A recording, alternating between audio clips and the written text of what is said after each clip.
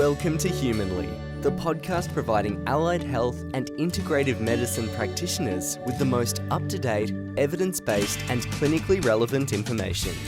This podcast is a melting pot of ideas on health and well-being and does not replace the advice of your primary healthcare professional. Here's your host, Daniel Reuters. Hello everybody and welcome to the Humanley podcast. My name is Daniel Reuters and today I'm joined by Jason Christoff. Jason, thank you so much for coming along. Yeah, it was a pleasure, and I'm in Canada. It's 7 o'clock here, and I know it's, I think, what time is it in Australia? It is 8:58 a.m., so we're in the morning here. Well, thank you for getting up in the morning to talk to me. You're very welcome. Just so the listeners have a bit of an idea of who you are and what you do, you're a self-sabotage coach, and you've been doing that for a number of years. You had a really successful weight loss clinic over in Canada. You're working with a lot of clients, and you've also done TV and radio show appearances. You've been on the Dr. Phil show, so you've done quite a lot over the years. And the thing that really interested me with the work that you're doing is that you're working with clients around self-sabotage. And it's something that pretty much every single client that a practitioner works with will do at some point. People will self-sabotage themselves. So can you talk a little bit about what self-sabotage is and why it's important? Well, self-sabotage is, repeating any behavior that gets you negative results. You see the negative results, but you can't stop it. And yeah, I used to work at, it was a very successful weight loss and exercise clinic, but it was only successful in the financial side of things. I couldn't really get anybody any great results, and it was very frustrating. And it was hard on the soul. I felt very bad taking the money of these people who I know needed to lose weight. Some of them, their lives were in jeopardy. They were so big. And to take their money and then to watch them self-sabotage, they had a hard time, eating right for, say they needed to lose 100 pounds, because it was a weight loss clinic that did the big weight loss. And say someone needed to lose 100 pounds and they would lose 20, people would notice, their friends might notice, and they seemed to be scared of losing the weight, or if someone would drop off, to enroll in one of my weight loss programs, it might have been $3,000. And then we'd sit down, we'd do a consult, we would get them on track, give them exactly what to do. And then I would see them at Dairy Queen that night, which is an ice cream parlor, a chain here in North America. And they would be eating like a Dairy Queen Blizzard. And I was getting very frustrated. Why couldn't these people dedicate to being healthy or kind of being their best? They seemed to seek safety in mediocrity. They were afraid to stand out, afraid to get in the limelight. And as I was getting frustrated, I started to get into the study of mind control and psychology and psychic driving and mental conditioning. And I realized that these people were living out a psychology, an underachieving, mediocrity-based psychology that they couldn't shake, because of how I discovered there's a part of the mind called the subconscious mind, and it's our friend. It really loves us, but it basically looks out into the environment and sort of assesses. This is its job, and it operates beyond our conscious control. And it looks out in the environment, and it sort of looks for the right thing to say, the right thing to do, what not to say, what the average person is doing. And then, contrary to what most people believe, the subconscious mind actually controls our behavior. So we act out the average. We act out what the subconscious mind is observing in our environment, because again, it's a safety, security, and survival based mechanism in the way the human is designed. If you're just like the other people, they like you more. And that's a great adaptation for survival, except if your environment is full of overweight, underachieving, mediocre, scared kind of adults who act like children, then your subconscious will actually mimic and mirror and copy and emulate all that out of the environment, even though it makes you depressed and diseased and dysfunctional. Like, you could even have a meeting with this part of the mind and say, hey, subconscious, I don't really want to be following this behavior anymore. It's making me depressed and overweight and miserable, and I'm broke. And I know you're mimicking the average so I could fit in, but I'm strong enough to take the heat of the herd by not being like everybody else. And your subconscious might say back, look, I really appreciate your input, but that's not my department. My department is fitting in and with the crowd. And I've observed and analyzed and downloaded the information of the crowd. And yes, they are depressed and overweight and medicated and mediocre, and they drive toward the average. And you're going to be exactly like that, because that's how I satisfy my function. And this copying and mirroring and emulating part of our brain that comes with standard equipment on the human body, we can see it in things.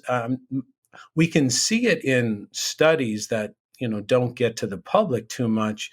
There was a movie one time called Gone in 60 Seconds with Angelina Jolie and Nicolas Cage. Do you remember that movie at all, Daniel? Yeah, I do. That came out, what, like 10 years ago, maybe Yeah, it was. more. I think it was the year 2000. It was actually or maybe 2011. Sorry, 2009.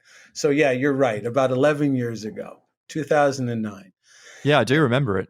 And it was a movie about car theft. And of course, the average person thinks they're in full control of their behavior, and they believe they manufacture their behavior internally through logical analysis, careful considerations of their options in life. But the psychology proves otherwise. This is just a great example of how we copy what we see. This movie, Gone in 60 Seconds, was a movie about car theft. And when it opened in Burnaby, BC, Canada, in my country, car theft went up 65% in the first 7 days. That's incredible. Yeah, it is. And you can find that effect everywhere, even in the movie Fast and the Furious. And it was a series, of course, about drag racing cars. And even my dad used to drag race cars because of Happy Days when he was a kid. I don't even know if you remember that sitcom, but there was drag racing all the time. But Yeah, I remember that one. yeah, so Fast and the Furious, there was a lot of lower end cars, Honda Civics, RX-7s, Toyota Supras, and various 4-cylinder cars under $10,000. Everybody started Mustangs. Everybody started to get these cars and drifting around corners and smoking their tires. And again, humans copy what they see. And then there was a show called The Cosby Show. It was a show. There was an African American husband. He was a medical doctor, Mr. Huxtable. His wife was Claire Huxtable. She was an African American lawyer on The Cosby Show. And during the 9-year run of the show, African American enrollment in medical school and law school went up 19%. Because again, psychologists know this all the time, and the people who sort of make our movies know this, or TV shows as well. The phrase is what's on the screen will appear on the street in very short order, because humans copy. And then after the Cosby Show was canceled, the African American enrollment in medical school and law school plummeted to pre-Cosby Show levels, and they called that the Lil Wayne effect, because there were so many negative role models in the Black community that followed the ending of the Cosby Show. And this sort of psychology, I know you attended a little webinar that I did last week, and I have some very powerful videos that prove conclusively and that humans do not manufacture their own behavior internally. The subconscious mind, again, a part of the brain complex, comes as standard equipment in the human body. The subconscious mind scans the environment looking for repetitive cues, repetitive rituals, repetitive ceremonies, and beliefs and ideas. And the reason it loves repetition is because repetition represents that there's sort of a group already believing or acting out that particular concept or behavior. And the subconscious mind wants to be part of a group because it wants you to be safe and secure and increase your chances of survival. So whatever the majority is doing, the subconscious mind prompts you to also follow, which is a really great way to survive. But again, if the environment is negative, things really go disastrous for people in regard to their self-sabotage. And that's what was happening to my weight loss clients and my exercise clients, is they were going home and watching, say, a sitcom, like, not a sitcom, it's not even a comedy, but the HBO show Shameless, or Bad Moms, or Dirty Grandpa, and or various other shows like that that are pumped out of Hollywood for various reasons. But the subconscious is being proven not to know the difference between real life, screen images, and sort of images you make up in your own mind. So when a human being goes and watches a show like Shameless, and if no one knows what that show is, please pull it up and just put Shameless trailer, and you're going to see a horrific display of mediocre and underachieving, addicted, sloppy, messy human behavior.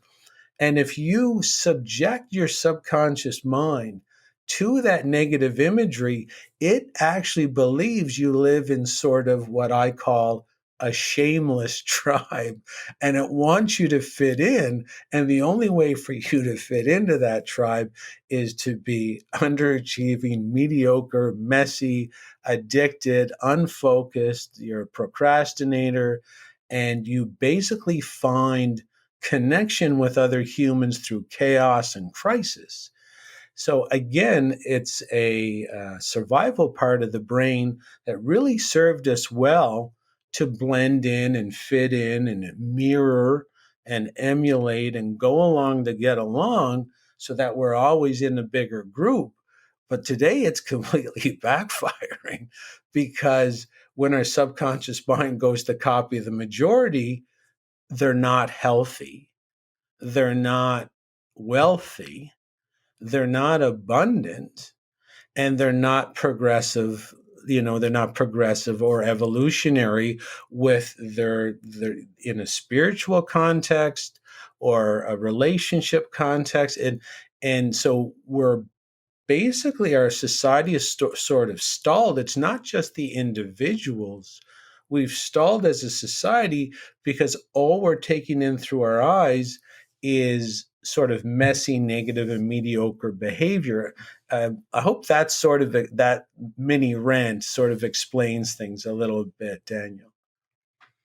It does. And when you were talking about those behaviors and being part of a tribe, it reminds me of a story that I tell some of the people that listen to me. And it's, if we think back, say, 100 years ago, 200 years ago, even 1,000 years ago, when you were living in your tribe or your village, if you started to get a bit overweight, people would call you out on it. They'd be like, hey man, look, you're getting a bit overweight, you're getting a bit unhealthy. It's time to pull your head in and shed that weight. And they weren't doing it from a negative perspective. They were doing it to help. It was a beneficial thing to get you back to health. But then at some point in time, that's changed where it became non-PC to actually say to someone, hey, look, you're getting unhealthy, you're getting fat, you need to start doing some exercising and eat a little bit better. You can't say that to people anymore. And it's just eroded our ability now to keep those that we associate with in our day-to-day lives on track. You just got to shut up, say nothing, and let people do what they want to do with their own health. And it happens a lot with clinicians. When I'm dealing with them, they often say, look, I'm dealing with some unhealthy people or overweight people. I'm providing them with what I think is amazing nutritional advice or health advice, but they're not doing what I'm telling them to do, or they're not getting the results that I want them to get. And they think that it's because they're not offering the right type of advice or that their advice is incorrect. So is that something that you would agree with? Do you think that clinicians, sometimes they are offering the right advice, it's just that their clients are choosing not to heed that advice? That's 100%. You're probably offering the best advice in the world. And some of that advice is, it's always around. There's more books on healthy living in print right now than any other time in human history. And of course, the clinicians in your field are giving top-notch advice with health and exercise and disease, management, and the people don't follow through. And that's what they were doing for me as well. I was just working as a Czech practitioner, but they would still not do the exercise routines. They would keep drinking their wine. They would keep drinking they would keep eating and drinking the things that would not even slow their progress, it would stop their progress. So what I started to do on a psychological level, knowing that their environment controls their behavior, knowing that the subconscious mind copies particulars and patterns, I would start giving them different shows to watch that had healthier people in them. I started asking them to buy particular phrases, positive phrases for their mirror, for their fridge. I'd ask them to listen to positive podcasts on the way to work. And remarkably, that's when they started to change. It had nothing to do with how good my nutrition plan was or how good my coaching was. I had to trick their subconscious. See, the thing about the subconscious mind is it'll never let you down. It's like a 800-pound gorilla. It's a bodyguard. It's a protector to you. And its job is to analyze the environment every single day you get up. And that's what a lot of people should take hope in too, is it actually doesn't care about what happened to you when you were 5 and when you were 10 and 15 or 20. It doesn't even really care what happened to you yesterday. It's smart enough to know that what the crowd was doing yesterday might not be what the crowd is doing today. You might have changed herds. You might have changed villages. You might have changed locations where you're living. So it's well aware that, yeah, you could have moved tribes. So it wakes up every morning, brushes itself off, and says, okay, Jason, I'm going to do my scanning. We're going to see where we are. We're going to see what the average person is doing.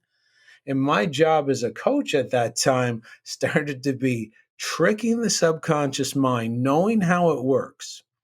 So knowing that it will never let me down, knowing it copies the tribe that it's in, and it won't let you not fit in.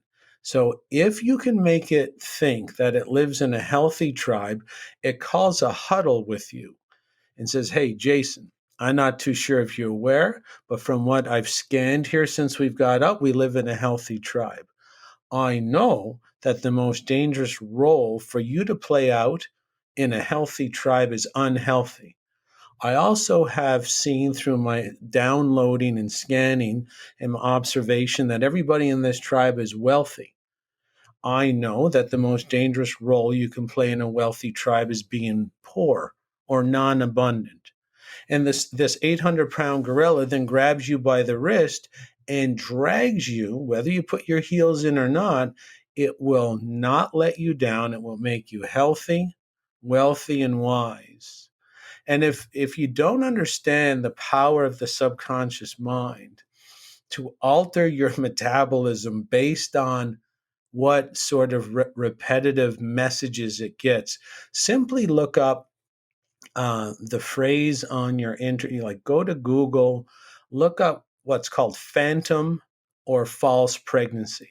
So this is a female who, and this you can find this on WebMD. It's not, it's not far out off the mainstream.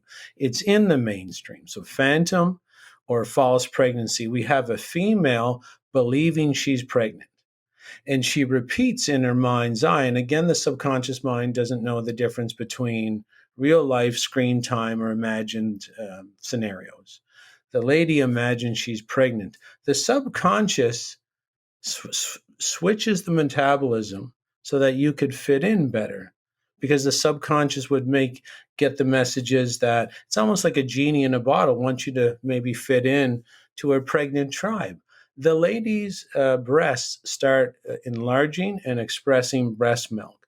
Her abdomen distends. They've even found the amniotic sac in the uterus, no fetus.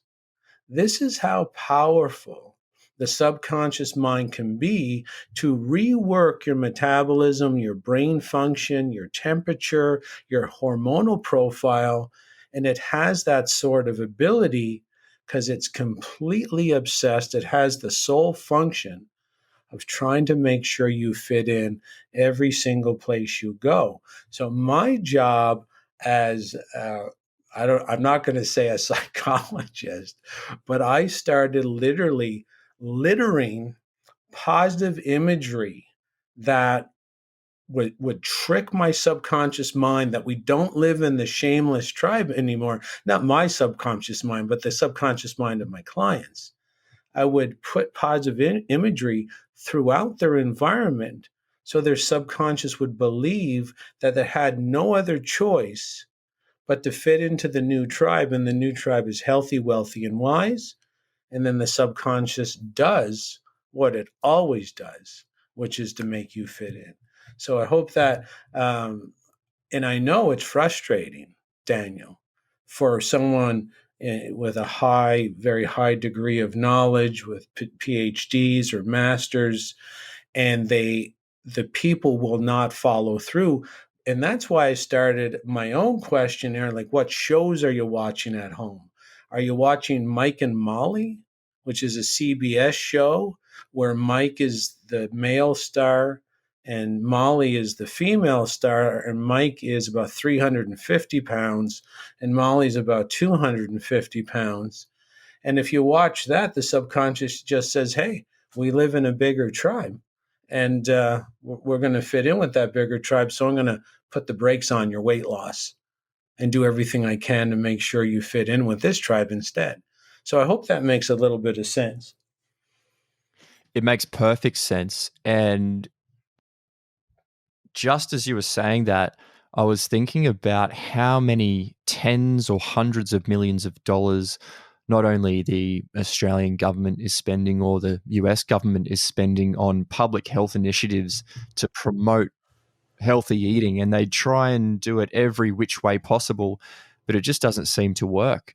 I think now there's like 2 out of 3 Australian adults are overweight or obese, and I think there's 1/3 of Americans now who have insulin resistance or type 2 diabetes. So these public health initiatives that the governments are trying to introduce, even though they've got the right message, they're not addressing that underlying driving factor or cause, which is the self-sabotage and the control of the mind by watching these shows and being a part of a group that is unhealthy. So maybe they need to start thinking about those things to change the health of the population. Yeah, they really have to start looking at popular themes because, of course, the subconscious, its scanning ability is ferocious, and that just reflects its love for you. It wants to protect you. It really doesn't want to miss any observations in the environment. I know I told you last weekend that the subconscious mind actually downloads environmental information at a rate of 11 million pieces of data a second. And it doesn't miss anything. And I used a lot of videos in my past presentation proving that the subconscious mind does not miss anything in your field of view. It doesn't miss anything in your auditory centers. What health officials should be really trying to focus on is looking at the average movie or TV show and then acting like the subconscious mind. The subconscious mind rarely scans the actors or what's called the central field of view. The subconscious mind loves scanning the background, taking in as much information about the environment as possible. And during the presentation that I know you were privy to last weekend, I analyzed a trailer for the movie Dirty Grandpa. And we participated as a group, and I asked the group to pretend it was the subconscious mind, stop looking at the actors, which was Zac Efron and Robert De Niro. I told the audience, pretend you're the subconscious mind scanning. Do not look at the actors, look at the background and tell me how many pictures of alcohol you see in the first 60 seconds of the trailer. The trailer was 2 minutes long. We counted 13 repetitive images of alcohol in the first 60 seconds. And there's a whole movie like that, which is about 2 hours long. And I've never really sat down in a movie to count how many alcohol imprints, but I know through the study that I've engaged in mind control and what's called behavior modification, if an uninformed and non-educated participant plops themselves down to watch these kind of shows, they're not aware, like the Gone in 60 Seconds situation or the Cosby Show or the Fast and the Furious situation, that person will drink alcohol because the subconscious brain ranks alcohol consumption as normal and something the majority is participating in. And this part of the brain is actually designed to fit in no matter what. It actually has a function that I call dying to fit in. And the best example of that is a kamikaze pilot.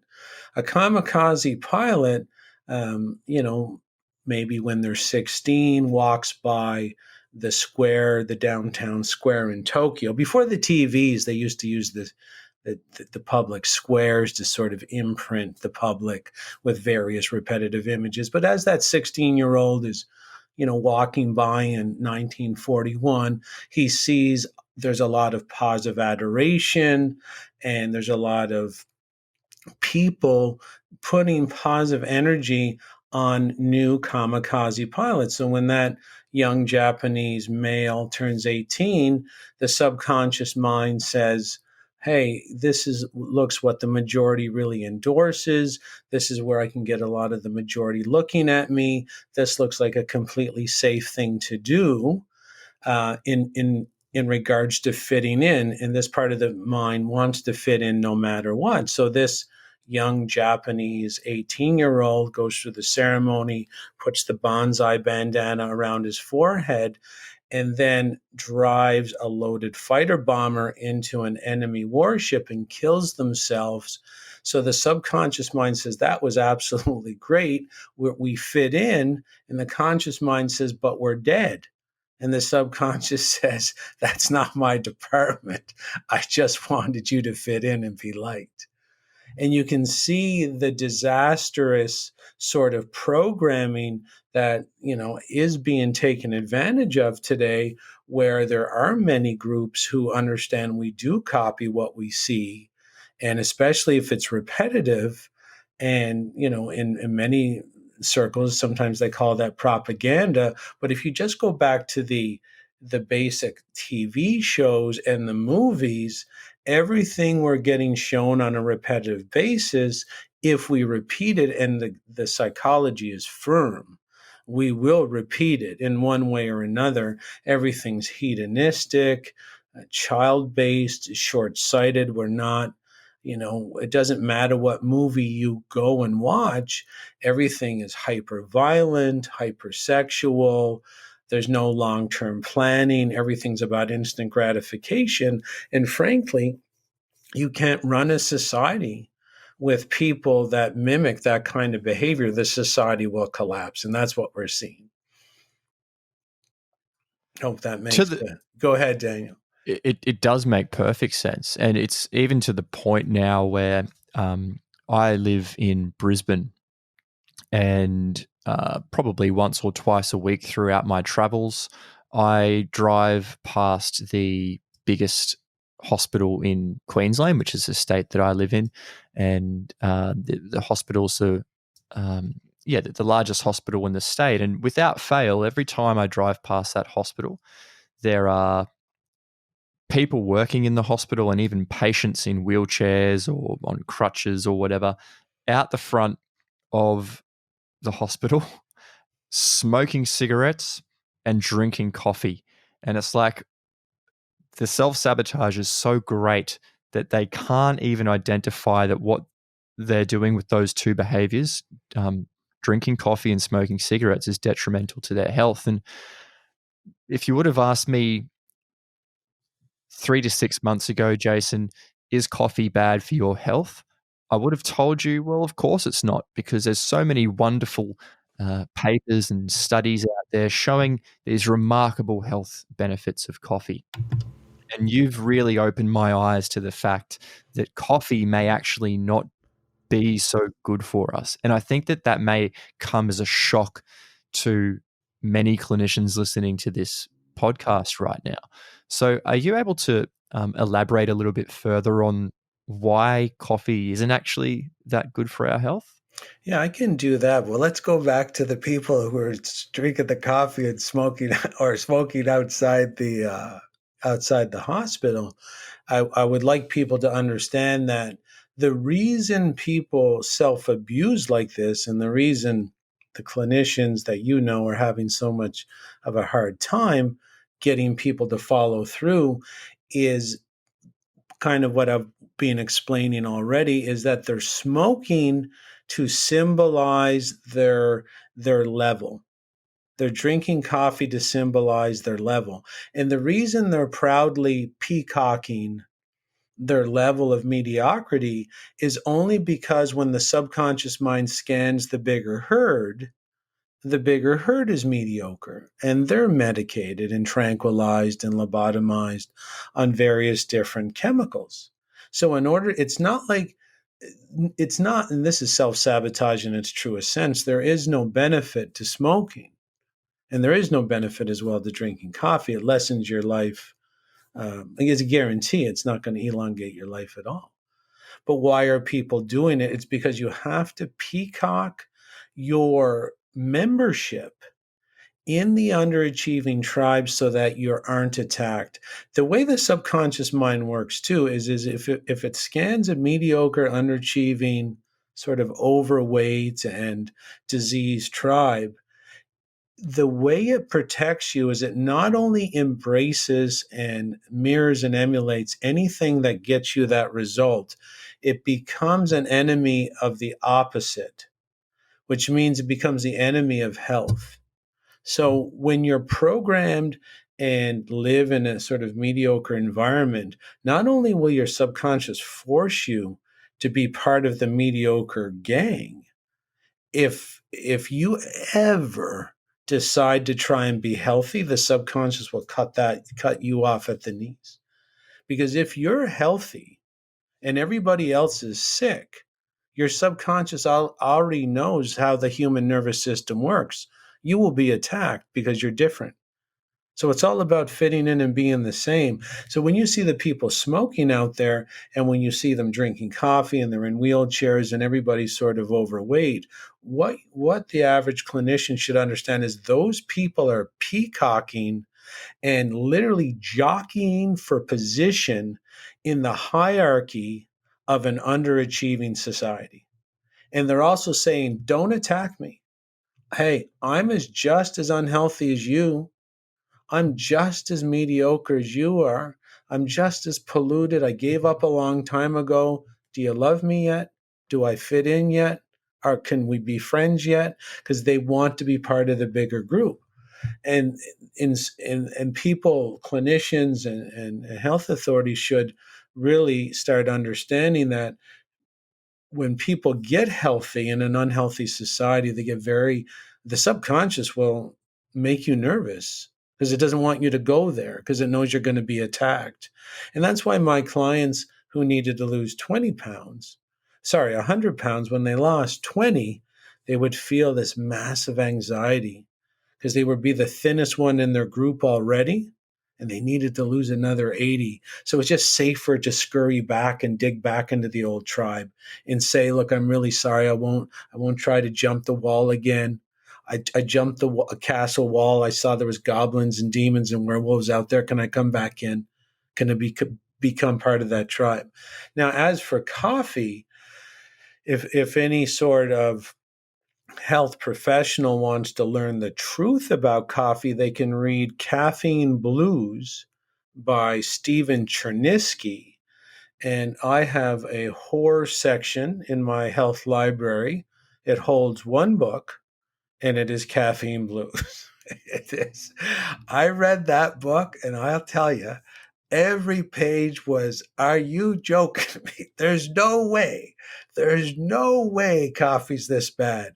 And it revealed the coffee lobby. It's this massive coffee lobby that organizes all the uh, research that's rigged and faked about coffee having benefits. It has no benefits. It causes everything from strokes to heart attacks to carpal tunnel to high cholesterol to depression to osteoporosis to ulcers to Crohn's, colitis, eczema.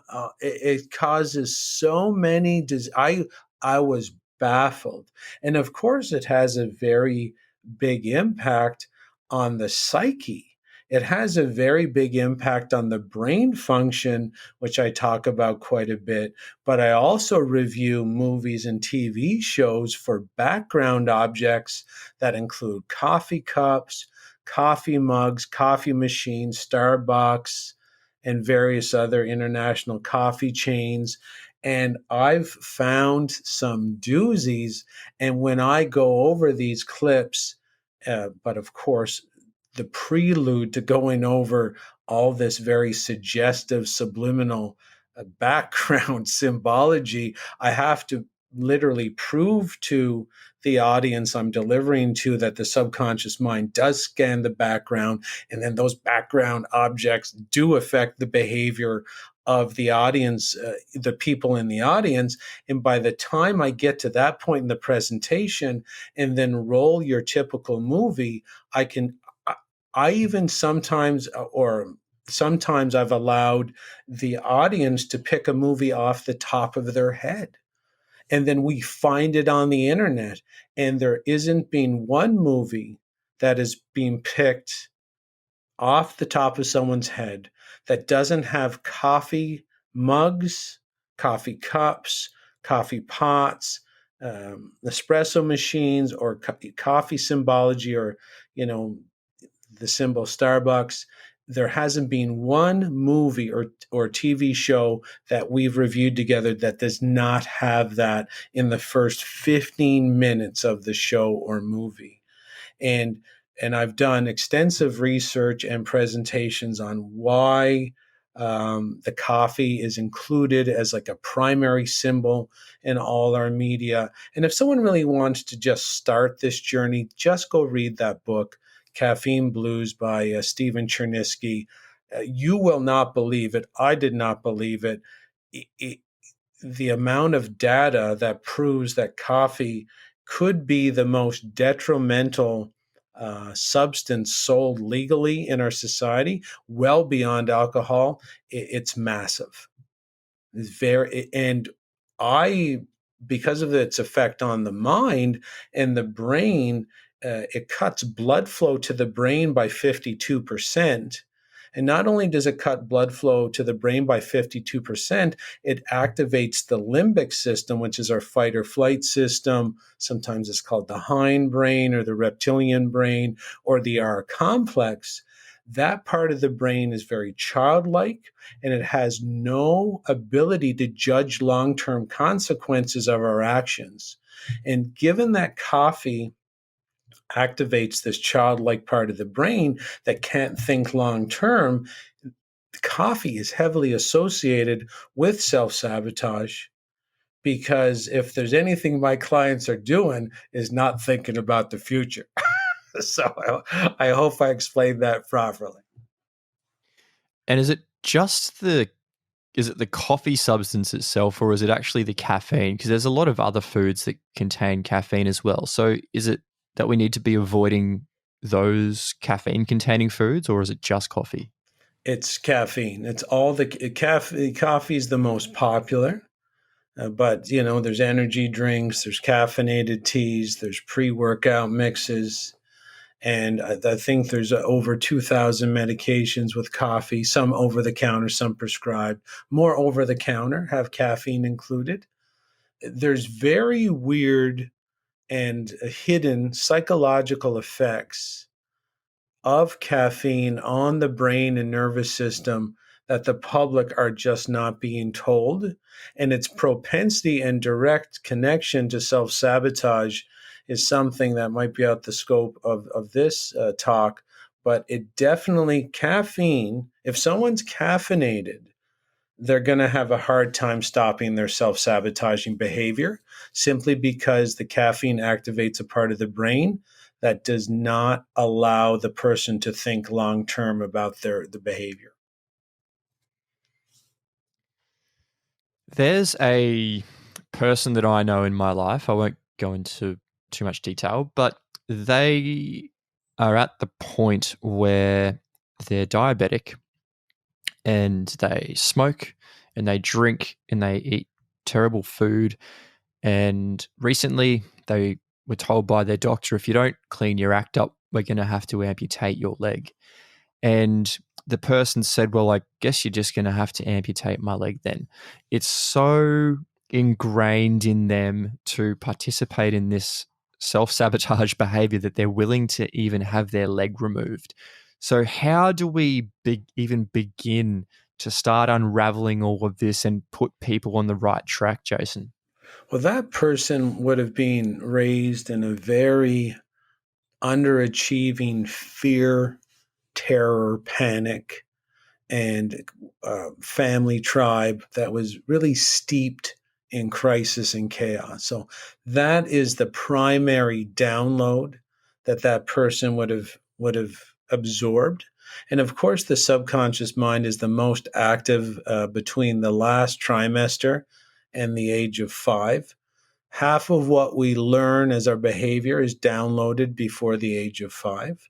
And the reason our subconscious mind is so obsessed with scanning the environment when we're young, and then, of course, the scanning leads to our behavior, is because fitting in and going along to get along is the only way we learn to survive when we're 5 or 4 or 3. We can't throw a roundhouse kick.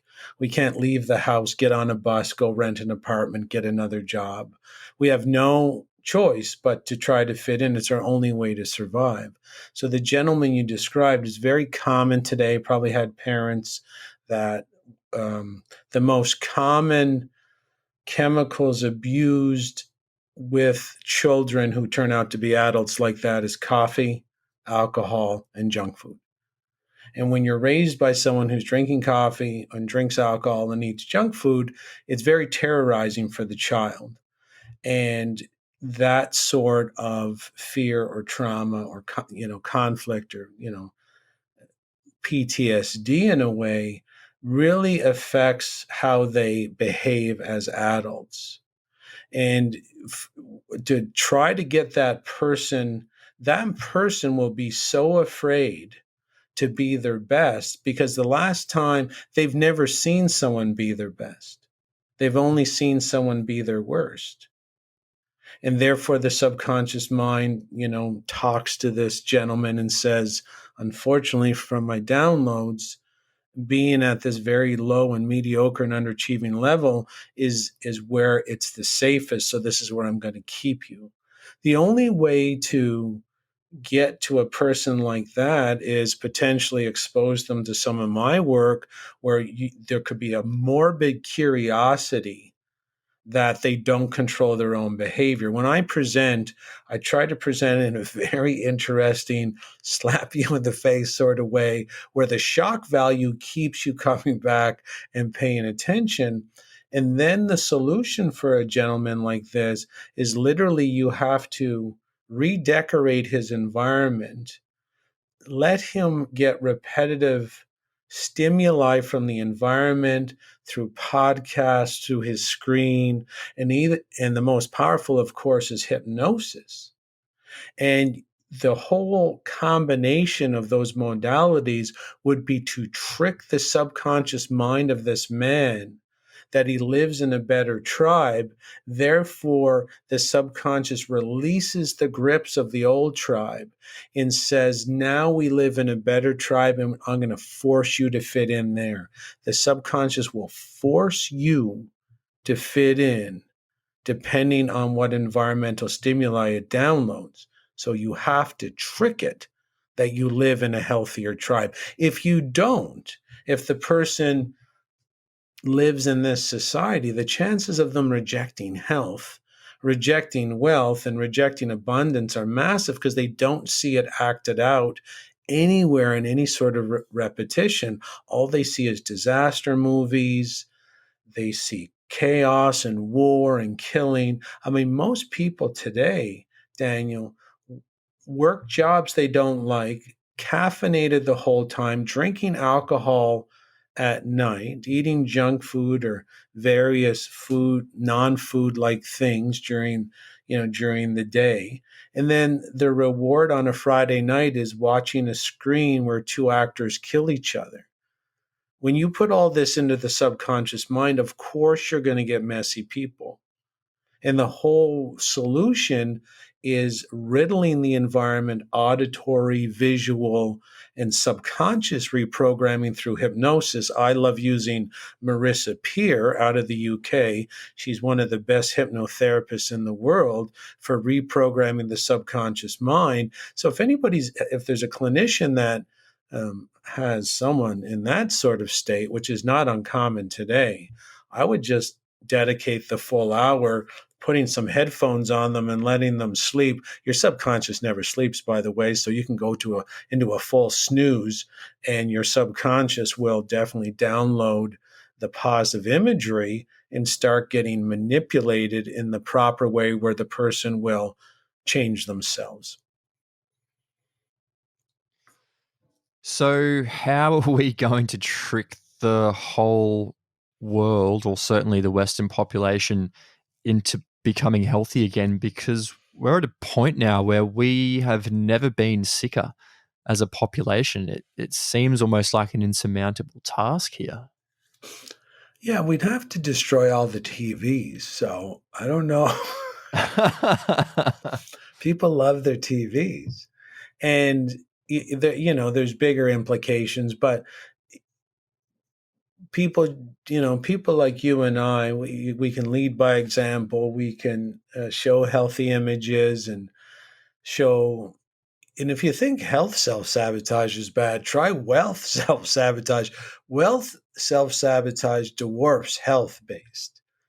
People today generally know there's a lot of healthy people out there, so it's not that sort of scary to be healthy. Although most people don't want anything to do with it, there's still 20% of the population that's healthy, but there's only like 3% that are really wealthy.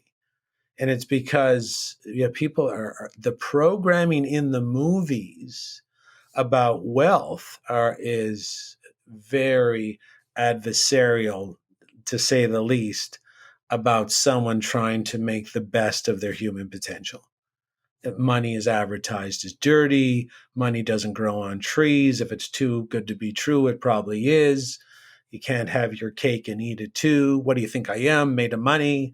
And the root of all evil is money is the root of all evil. Can you imagine me saying, I'm trying to get a date and I say the root women are the root of all evil? Like how many women are going to come up and talk to me that night? Not many. So if you say money's the root of all evil, of course the money's going to not be around you if that's the sort of vibratory frequency that you're giving off. And so to heal the world, um, that's what I try to do. I have a self-sabotage coaching school, and I teach people to be self-sabotage coaches all around the world so they can go around and spread this information. And I teach people how to hack their own mind, because this subconscious mind you can't change the function of it. You just got to work with it. So instead of showing watching bad moms, you got to show some show on Gaia TV. And if you do that for long enough, you'll never be sick again. You'll never be poor again. You'll never be broke again. And it depends where you want to focus your attention. If you really want abundance, financial abundance, you can listen to Robert Kiyosaki. You can listen to Mike Maloney. There's something called the Stansberry Report, the Kitco Report. And then the subconscious mind says, hey, we live in a rich tribe now. Okay, no problem. You're going to be rich and we're going to drag you there. And someone says, well, how can your subconscious mind really make someone rich? Are you kidding me with that? Like, are you saying there's a part of my brain that can make me rich? And I say, well, think of the phantom pregnancy thing. The subconscious mind can work the metabolism. It can also work the brain complex. All the good parts of your brain are located in what's called the prefrontal cortex. And when they find and measure people that are having great business ideas or evolutionary inventive ideas, they all come from the prefrontal cortex. Now, if you live in a broke tribe full of shameless characters and dirty grandpas and bad moms, the subconscious mind says, well, unfortunately, if you're rich in this tribe, you're going to be attacked, so you're going to be poor. And I'm going to make you poor. I'm going to make you poor by shutting down your prefrontal cortex. And then I'm going to activate your limbic system, which is the opposite of your prefrontal cortex. It's the dumbest and most inept and moronic part of your brain complex is the limbic system. And the subconscious says, well, I'm going to activate that through coffee and chocolate every day. Because that's what caffeine does. It shuts down the prefrontal cortex, where all the $1 million business ideas live, and it activates the limbic system. And that's how the subconscious mind can make you poor. And then if you convince it that it's okay to be rich, it can make you rich by turning your prefrontal cortex back on. And Marissa Peer and myself tell these stories all the time, where one of our clients wakes up and said, oh my God, I just woke up out of a deep sleep. I got this brilliant business idea. I went out and I did it and I made like $500,000. And we're like, no, that wasn't you. That was your subconscious mind. That's how it works. You have to make it okay and trick it that it's okay to be your best. And the only way to trick it is to riddle your environment and riddle your auditory centers and your visual centers and your subconscious mind through hypnosis. You have to riddle your environment in the way where your subconscious will be driven in the direction of your goals. How's that, Daniel? Yeah, it's amazing. And I have personally myself done a lot of work over the years with a great hypnotherapist and psychotherapist, and we've done work around this, and it's certainly helped me in my life. And one thing that I'm particularly interested in finding out more about from you, Jason, is your self-sabotage coaching school. So what's the course like? How long does it go for? How can people sign up to this course?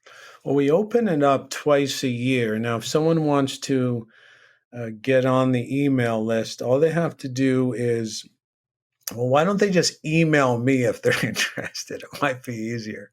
They can email me at jason@freedomfromselfsabotage.com. That's jason at freedomfromselfsabotage.com. They can email me. I'll put it on our private school list. We open up enrollment twice a year.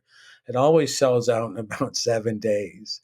And they get to work one-on-one with myself and some of my other top coaches across the world, and it's about 30 to 35 hours of, it's not a long course, 30 to 40 hours of studying time.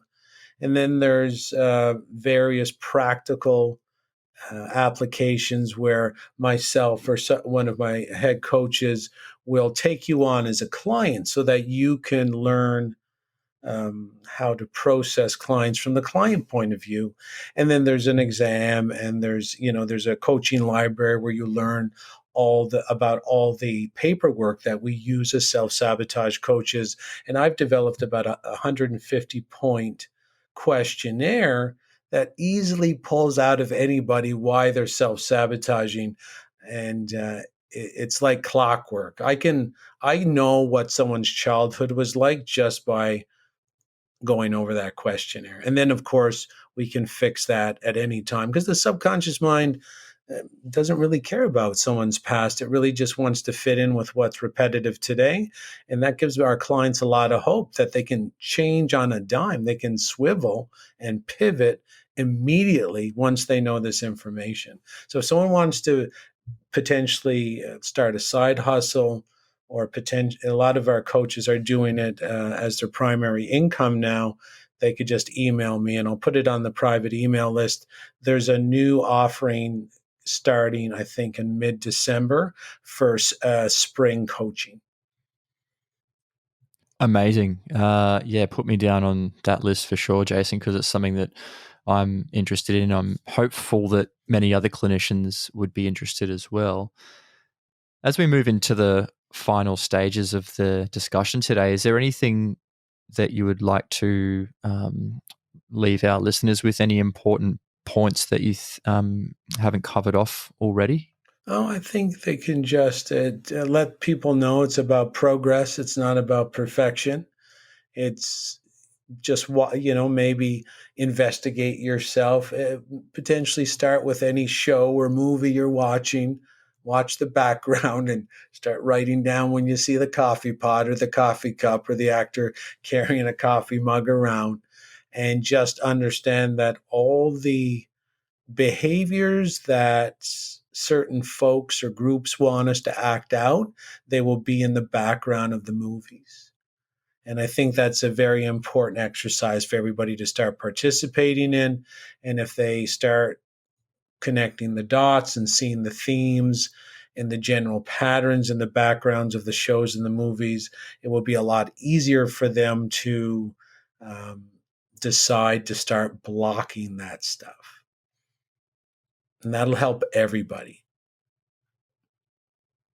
Jason, thank you so much for coming onto the podcast. It really means a lot to me because you've shared so much important information that I think not only clinicians need access to, but also the wider population. And you've actually given some really amazing pointers there as well. So just really basic things that clinicians can start getting their own clients to do is surrounding themselves with more positive health messages, watching different shows, or listening to different podcasts that are focused around prosperity and health, and even just lines of questioning around, what are you doing in your leisure time? What are you watching on TV? And what are you listening to? Who are you surrounding yourself with? They're not things that many clinicians think about. And I really appreciate you sharing that with me. It means a lot. You're very welcome. I'm very happy and honored to be given the opportunity to talk in this way. And I do it because I want to walk down the road and be the most underachieving person, because everybody else is achieving to their maximum potential. This is the world I really would like, where we don't have to walk down the road and see someone we take pity on because they're overweight, they're hobbling a little bit.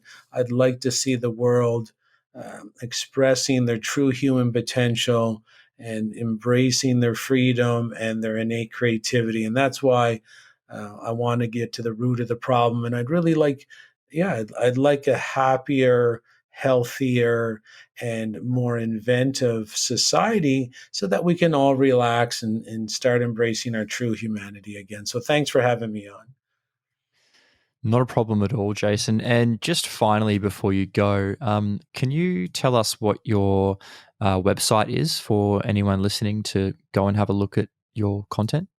Well, if they wanted to go to my website, I have a personal website at jchristoff.com, but I don't have too many self-sabotage articles on there as of yet. We're going to compile them on a new website that we're putting together now. I think it's called Self-Sabotage Coach or selfsabotageexpert.com. That one's not out too much, but if they want to email me, I do have that course, Daniel, that we are packaged now, the one you participated in. And it's probably my most accurate, teaching session that I've ever given anywhere in the world in my history. And it's a very short, program. And if anybody wanted to potentially view that, purchase that, they can email me at jason@freedomfromselfsabotage.com, because that little program will wake anybody up. It definitely. Yeah, it's really great. And I thoroughly enjoyed that program. I actually wish that there was a little bit more, but there was just, even in the 2 days that you delivered that content over, it opened my eyes up to a lot of things that I wasn't previously aware about. And yeah, I would consider myself to be fairly awake to the things that are going on. So I think, this course that Jason was talking about, the little 2-day course, would be so beneficial and a great starting point for any of the listeners today. So thank you so much, Jason. It's been a pleasure speaking with you, and the time's gone by so fast because you're just such an engaging and interesting person to listen to. So best of luck with everything in the new year, and I hope that we're able to talk again soon. Thank you for having me on, Daniel. You have a good morning. You too. Thank you. Bye-bye. Thanks for tuning in. We hope you enjoyed the show. If you have any questions or comments, head on over to humanley.com/podcast and join the discussion. Make sure to follow us on Facebook and become part of our growing community of like-minded health professionals. Until next time.